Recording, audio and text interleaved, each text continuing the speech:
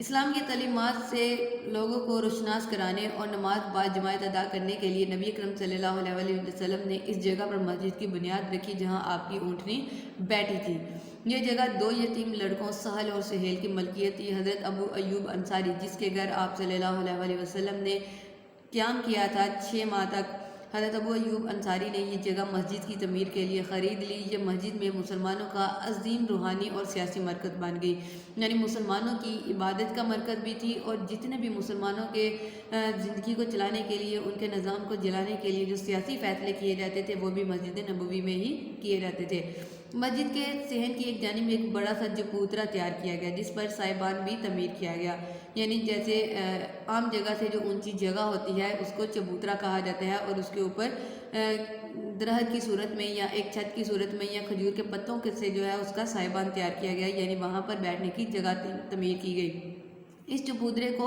صفا کا نام دیا گیا۔ ہجرت کر کے آنے والے بے گھر صحابہ کرام اسی چبوترے پر قیام پذیر ہوتے۔ ایسے صحابہ کو اصحاب صفا کہا جاتا۔ بعض اوقات ان کی تعداد 40 تک پہنچ جاتی، یعنی وہ لوگ جو کہ دوسرے مکہ میں تھے یا دوسرے علاقوں میں تھے اور اسلام قبول کر چکے تھے، وہ ہجرت کر کے مدینہ میں آتے تو ان کے قیام کے لیے کون سی جگہ ہوتی؟ وہ صفا کا چبوترا جو کہ مسجد نبوی میں تعمیر کیا گیا تھا۔ اسی چبوترے پر نبی اکرم صلی اللہ علیہ وسلم صحابہ کرام کو اور مسلمانوں کو اسلام کی تعلیمات دیتے، اور اسی چبوترے پر وہ لوگ جو دوسری جگہوں سے ہجرت کر کے آتے تھے وہ قیام پذیر رہتے، ان کو کھانا وغیرہ یہیں پر دیا جاتا،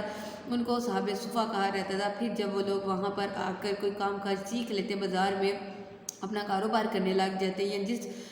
کو بھی کوئی بھی مزدوری آتی تھی وہ کام کرنے لگ جاتا، تو پھر نبی اکرم صلی اللہ علیہ وسلم سے تعلیمات سیکھنے کے بعد وہ اپنا گھر بناتا اور وہاں پر چلا جاتا۔ اسی طرح صفا کے چبوترے پر صحابہ کرام آتے جاتے، تعلیمات سیکھتے جاتے اور وہاں سے روانہ ہوتے جاتے۔ جیسے ایک اسکول انسٹیٹیوٹ کی ہم بات کریں، اسکول میں اسٹوڈنٹ آتا ہے 1 سال کے لیے، 2 سال کے وہ وہاں سے تعلیمات حاصل کرتا ہے اور پھر وہاں سے آگے چلا جاتا ہے۔ تو اسی طرح یہ صفا کا چبوترا تھا، اور وہاں پر جو بھی لوگ آ کر قیام پذیر ہوتے، نبی اکرم صلی اللہ علیہ وسلم سے تعلیمات سیکھتے، ان کو صحابہ صفا کے نام سے جانا جاتا تھا۔ اذان کی ابتدا۔ مسجد نبوی کی تعمیر پر نماز باعث جماعت پڑھی جانے لگی، لیکن مسلمانوں کو ہر نماز کے لیے بلانے کا معاملہ خاصا مشکل تھا۔ ابھی اذان کے جو کلمات تھے یا اذان کا جو حکم تھا وہ نازل نہیں ہوا تھا۔ جب نبی اکرم صلی اللہ علیہ وسلم ہجرت سے پہلے 10 نبوی میں معراج شریف پر گئے تھے، اس وقت اللہ تعالیٰ نے نبی اکرم صلی اللہ علیہ وسلم کو ان کی امت کے لیے نماز کا تحفہ دیا تھا، لہذا بعد جماعت نماز پڑھنا تو شروع ہو گئے، لیکن نماز کے لیے اکٹھا کرنے کا مسلمانوں کو جو طریقہ تھا وہ کافی مشکل تھا، کیونکہ ابھی تک اذان کا کوئی حکم نازل نہیں ہوا تھا، تو اس لیے اذان کے بارے میں ابھی تک کسی کو پتہ نہیں تھا۔ لہذا حضرت بلال رضی اللہ تعالیٰ عنہ ہر نماز کے لیے الصلاۃ الجامعہ کے الفاظ پکارا کرتے، الصلاۃ الجامعہ کی نماز کے لیے اکٹھے ہو جاؤ۔ ایک روز حضرت عبداللہ بن زید انصاری نے نبی اکرم صلی اللہ علیہ وسلم کو اپنا خواب سنایا کہ ایک شخص قبلہ رو ہو کر یہ کلمات پکار رہا ہے، وہ اذان کے کلمات تھے، یعنی اللہ تعالیٰ نے ایک صحابہ حضرت عبداللہ بن زید انصاری کو خواب میں اذان کے کلمات سکھائے۔ پھر تھوڑی دیر بعد حضرت عمر فاروق رضی اللہ تعالیٰ عنہ نے بھی انہی کلمات کے پکارے جانے کا اپنا خواب حضور اکرم صلی اللہ علیہ وسلم کو سنایا۔ آپ صلی اللہ علیہ وسلم نے دونوں حضرات کے خوابوں کو سچا قرار دیا اور حضرت بلال رضی اللہ تعالیٰ عنہ کو وہ کلمات سکھا دیے۔ اس طرح ہجرت مدینہ کے بعد اذان کی ابتدا ہوئی۔ ایک اہم ترین بات اس میں آپ نے یہ کہ خواب کے لیے کن 2 صحابیوں کو، اذان کے لیے کن 2 صحابیوں کو خواب آیا تھا، ایک حضرت عبداللہ بن زید انصاری، دوسرا حضرت عمر فاروق رضی اللہ تعالیٰ عنہ کو خواب کے ذریعے اذان کے کلمات سکھائے گئے تھے، اور اذان جو تھی وہ ہجرت کے بعد جو تھے اس کے احکامات نازل ہوئے تھے۔ لہذا نبی اکرم صلی اللہ علیہ وسلم نے اس خواب کو سچا قرار دیا، اور آپ نے حضرت بلال رضی اللہ تعالیٰ عنہ کو وہ کلمات سکھائے اور ان کو یہ حکم دیا کہ وہ روزانہ نماز کے وقت پر قبلہ رو ہو کر یہ کلمات ادا کیا کریں، تاکہ مسلمان جو ہیں وہ اللہ تعالیٰ کا یہ حکم سن کر ایک جگہ پر نماز کے لیے اکٹھے ہو جایا کریں۔ تو لہذا اسلام کے سب سے پہلے مؤذن یعنی اذان دینے والے جو تھے وہ حضرت بلال حبشی رضی اللہ تعالیٰ عنہ تھے۔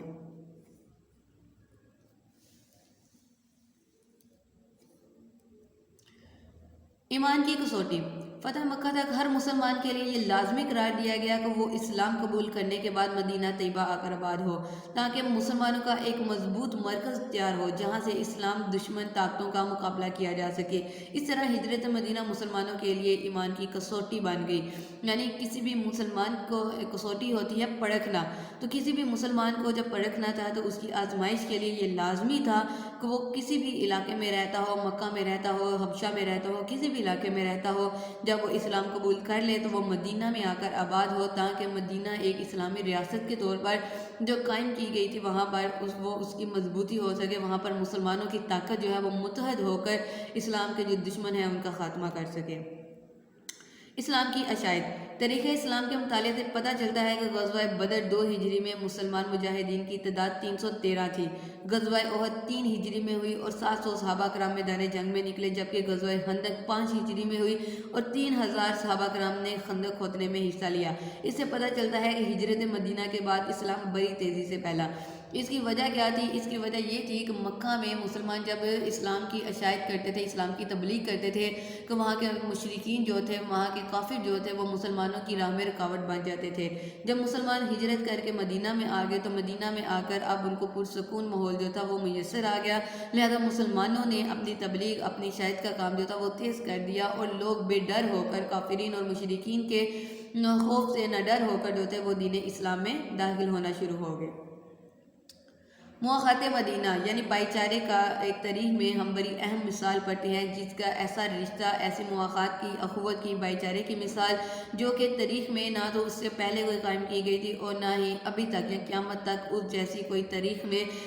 اخوت کی مثال جو ہے وہ قائم کر سکیں گے۔ ہجرت مدینہ کے بعد صحابہ کرام میں مواخات یعنی بھائی چارے کا رشتہ بھی قائم کیا گیا۔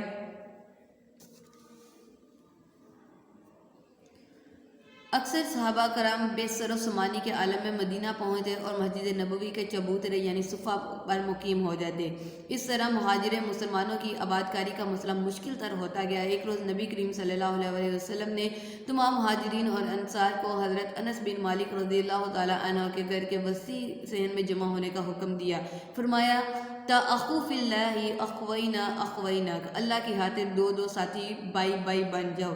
حضور اکرم صلی اللہ علیہ وسلم نے ایک مہاجر صحابی کا ہاتھ ایک انصار صحابی کے ہاتھ میں دیتے اور فرماتے کہ تم دونوں بھائی بھائی ہو۔ بھائی چارے کا یہ رشتہ اس قدر مستحکم ہوا کہ حقیقی اور مواخاتی بھائی میں تمیز کرنا دشوار ہو گیا، یعنی ان میں اتنا زیادہ پیار، اتنا زیادہ ان میں خوش اخلاقی تھی کہ یہ کہنا مشکل تھا کہ کسی کا حقیقی بھائی کون سا ہے اور دینی بھائی کون سا ہے۔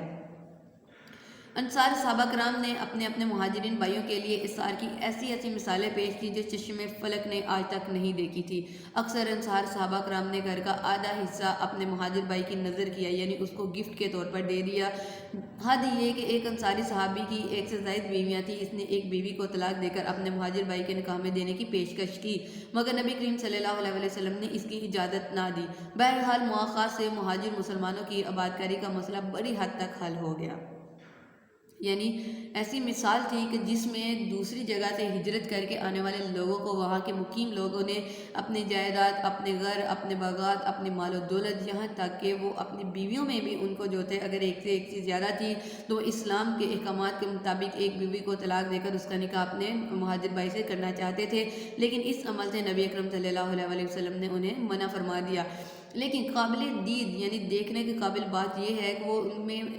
اصرار کا جذبہ اس قدر تھا کہ انہوں نے اپنی ضروریات پر اپنے مہاجر بھائیوں کو جو تھا وہ ترجیح دی، اور مہاجر بھائیوں نے بھی ان کا احساس کرتے ہوئے اپنا زیادہ بوجھ جو تھا وہ انصار بھائیوں پر نہ ڈالا، اور بہت جلد اپنا کاروبار جو تھا انہوں نے خود سیٹ کیا، اور انصار بھائیوں سے جو تھا ان کے جذبات کا فائدہ نہ اٹھاتے ہوئے وہ اپنے قدموں پر استوار ہو گئے۔ لہذا یہ تھے کہ ہم ہجرت مدینہ جو کہ اس کے نتائج کیا تھے، مسلمانوں کو پرسکون ماحول میسر آیا، مسلمانوں کو ایک مرکز مل گیا ان کی عبادت کے لیے اور ان کی سیاسی احکامات کو نافذ کرنے کے لیے۔ اذان کی ابتدا ہوئی ہجرت کے بعد تاکہ مسلمانوں کو آزادانہ طور پر جو ہے وہ نماز کے لیے نماز کے لیے اکٹھا کیا جائے۔ ایمان کی کسوٹی تھی ہجرت مدینہ کہ جو شخص سچے دل سے ایمان لاتا اس کی کسوٹی، اس کی آزمائی یہ تھی کہ وہ مدینہ میں آ کر آباد ہو جائے۔ اگر کوئی منافق ہوتا ہے تو وہ صرف دل سے ہی کہتا کہ میں اسلام قبول کر رہا ہوں، وہ اپنا گھر بار اسلام کی خاطر نہ چھوڑتا، جس سے یہ پتہ چلتا کہ یہ منافق ہے یا پھر سچے دل سے اسلام قبول کرنے والا ہے۔ اس کے بعد مسلمانوں کو اہم ترین فائدہ یہ ہوا کہ مسلمانوں کو دین اسلام کی اشاعت میں اس کی تبلیغ میں جو تھا وہ تیزی ہوتی گئی اور بہت سارے لوگ مشرکین سے اور کفار سے نہ ڈر ہو کر جو تھے وہ دین اسلام میں داخل ہونا شروع ہو گئے۔ اس کے بعد سب سے بڑی مثال اس دنیا میں اللہ تعالیٰ نے مسلمانوں کو حضرت آدم علیہ السلام کی یعنی تمام انسانوں کو حضرت آدم علیہ السلام کی اولاد قرار دیتے ہوئے ان کو آپس میں بھائی بھائی قرار دیا تھا۔ تو لہٰذا ہجرت مدینہ کے بعد ہجرت میں جو مواخات کی مثال تھی اللہ تعالیٰ کے اسی حکم کی تکمیل سے تھی کہ تمام مسلمان آپس میں بھائی بھائی ہیں۔ تو لہٰذا ہجرت کے بعد مہاجرین اور انصار کے درمیان جو مواخات کا اخوت کا رشتہ قائم ہوا، اس کی مثال جو تھی وہ قیامت تک کے لیے ابھی تک جتنے بھی دور گزرے ہیں اور آنے والے دور ہیں ان میں نہیں مل سکتی۔ تو لہٰذا یہ ہجرت مدینہ کے نتائج تھے ہمارے سامنے کہ اللہ تعالیٰ نے مسلمانوں کو ہجرت کا حکم کیوں دیا تھا اور ہجرت مدینہ سے پھر مسلمانوں کے لیے کون کون سے اللہ تعالیٰ نے فائدے کار فرمائے۔ تو ہمارا یہ ٹاپک جو تھا ہجرت مدینہ کا یہ یہیں پر کمپلیٹ ہوتا ہے۔ نتائج ہم نے اس کے دیکھ لیے۔ اب ہم نیکسٹ دیکھیں گے کہ ہجرت کے بعد مدینہ میں جب ایک اسلامی ریاست کو قائم کر لیا گیا تو پھر اس ریاست کو چلانے کے لیے نبی اکرم صلی اللہ علیہ وسلم نے کون کون سے انتظامات کیے۔ تو لہذا ہجرت مدینہ کے نتائج کا جو ہمارا ٹاپک تھا یہ یہیں پر کمپلیٹ ہوتا ہے۔ اللہ حافظ۔ ویڈیو پسند آئی تو لائک کریں، اپنی رائے کمنٹ کریں۔ ایسے ہی مزید ویڈیوز کے لیے ہمارا چینل سبسکرائب کریں اور بیل کا آئیکن دبائیں تاکہ آپ کو ہر ویڈیو کا نوٹیفیکیشن ملتا رہے۔